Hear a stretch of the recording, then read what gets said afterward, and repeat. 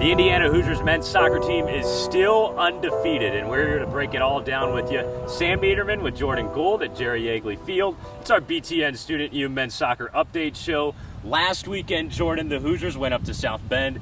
2 more games that went into double extra time. A win against Denver 2-1, and then on Sunday to close it out, a scoreless draw against Seattle. Well, when you look at the offense, it was the Ian Black show all weekend long, particularly in that Denver game where he scored both of his goals on the weekend, one coming by the variety of a strike, the other on the PK, of course. And you turn to Sean Caulfield in that scoreless affair against Seattle on Sunday, and he was fantastic in that one. His first career shutout. You know, we talked to him today at Media Day and just had a lot to say about Trey Muse and the demeanor and his kind of calmness that he showed on the field last year, and he's certainly showing that to the younger guys, which of course Todd Yeagley talked about today. More overtime and more learning experiences for the Hoosiers, according to Coach. They've grown up in the sense of like they now know that their role may not be 90 minutes and they might have to be effective in 20. How do we do that? And that's not easy. So you got to be able to quickly adapt to like, okay, I'm not going to be a 90-minute guy, but I can be really effective in 20. If I don't be effective in 20, then my minutes are going to diminish more. So that's another growth for young players, like a new role, how to learn to play with other players.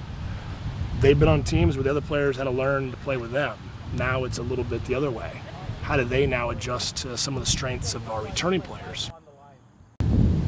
Todd Yeagley sees a lot of improvement from his Indiana squad after the results in South Bend, and particularly in the net with Sean Caulfield, the Hoosier first-year keeper, got his first clean sheet of the entire season. Yeah, you know, Sam, a tough start to the year against Pittsburgh, giving up a pair of goals in that one, but he's bounced back nicely since then, particularly against UCLA where he had a good game, and then Denver and Seattle last weekend. So you look what Sean Caulfield's been able to do, and it's got to start with that defensive unit that Indiana puts out there with Jack Mayer, Jordan Klein, and the rest of that kind of Hoosier unit guarding the net, making the job a lot easier for Sean. Not only can Caulfield trust that back four, but he can also put a lot of trust in his attackers up top.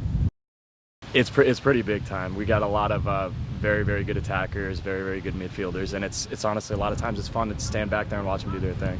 Jack and Spence are 2 guys that bring in a ton of experience, so for them it's just another day at the office. And Simon, I know he's new to the program, but he's not a guy that's not used to top-level soccer. He's very good as well, so the entire back line, you know, I think for them it was really another day at the office, and it's nice to get the first one under my belt, but I think the majority of the credit goes to those guys. Well, Jordan, Indiana keeps on moving along. They've got Notre Dame on Tuesday, and then Wisconsin coming up on Sunday. Let's zone in on the Irish. This is a national contender that won a 2013 national championship and a familiar team for Indiana to face. The Hoosiers played them twice last year, once up in South Bend, and of course last November in a national quarterfinal. Yeah, the Fighting Irish will come out fighting, that's for sure, particularly on Tuesday when they're here at Jerry Yeagley Field. I mean, you look, Jack Lynn is a big name for Notre Dame. He's their leading scorer with 3 goals.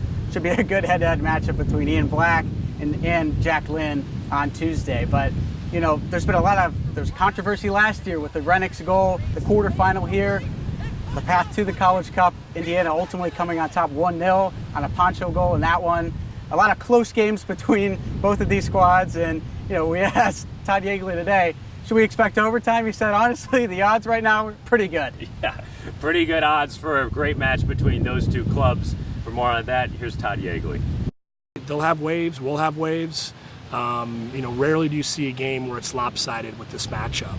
And it's going to come down to, you know, who's got the difference makers in the key moments and who doesn't hurt themselves. And I'm really excited for our team's challenge on Tuesday. Well, Jordan, the Fighting Irish are a really good squad. What's your key to the match come Tuesday night? Well, so far this year, Indiana has struggled to come out of the gates quickly and score early. And really, when you look at Pittsburgh, they were able to score early on in the first half.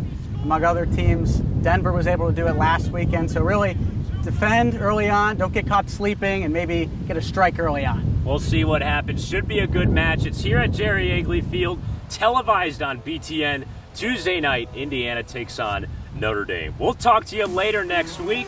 For Jordan Gould, I'm Sam Neidermann. Enjoy the rest of your day.